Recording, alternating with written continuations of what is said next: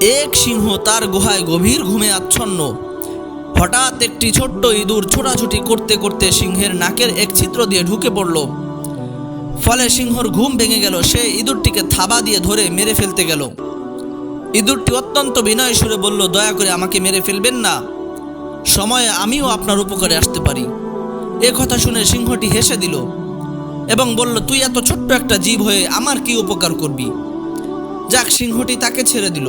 এর কিছুদিন পরের ঘটনা। সিংহটি একটি দড়ির শক্ত ফাঁদে আটকে গেল। ফাঁদে পড়ে সিংহটি ভীষণ তর্জন গর্জন করতে লাগলো।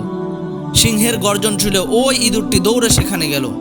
সিংহের বিপদ দেখে সে তার কানের কাছে গিয়ে তাকে গর্জন করতে নিষেধ করলো, কারণ যারা ফাঁদ পেতে রেখেছে তারা গর্জন শুনে ছুটে আসতে পারে। ইঁদুরটি এবার তার কাজ শুরু করলো। সে তার দাঁত দিয়ে ফাঁদের দড়ি কাটতে শুরু করলো। অবশেষে সে সিংহকে ফাঁদ থেকে মুক্ত করলো।